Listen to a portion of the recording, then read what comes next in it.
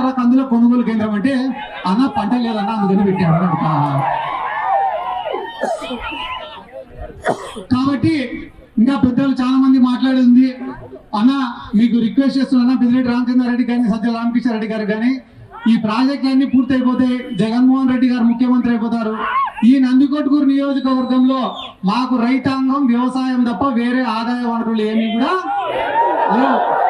ఈ ప్రాంతంలో 95% మంది బీసీలు ఎస్సీలే కాదన్నా ఓసీలు కూడా 95% మంది పేదవాళ్ళే తప్ప డబ్బులు ఉన్న వాళ్ళు ఎవరు కూడా లేరు. ఎవరో ఇద్దరు ముగ్గురు తెల్ల సొక్కాలు వేసుకొని వచ్చినా వెనకన్ని బొక్కలే తప్ప ఏమీ లేవన్నా.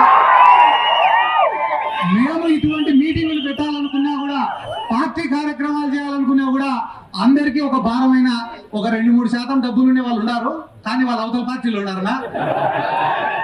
కాబట్టి వ్యవసాయం లాభసాటి కన్నా జరగాల, లేదా ఏమైనా పరిశ్రమలన్నా రావాలా, లేదా వ్యవసాయానికి సంబంధించిన పరిశ్రమలన్నా రావాలా, లేదా ఒక అగ్రికల్చర్ యూనివర్సిటీ రావాలా. మీలాంటి పెద్దలు పోయి జగన్ సార్కు చెప్తేనే మా లాంటి వాళ్ళ కష్టాలు తీరుతాయన్నా. ఎందుకు నేను ఈ మాట మీకు చెప్తానంటే ఇదే నియోజకవర్గంలో కేవలం ఇద్దరి దగ్గరనే డబ్బులు ఉన్నాయన్నా. వాళ్ళిద్దరు కూడా అవతల పక్కనే ఉన్నారు. వాళ్ళకేం లే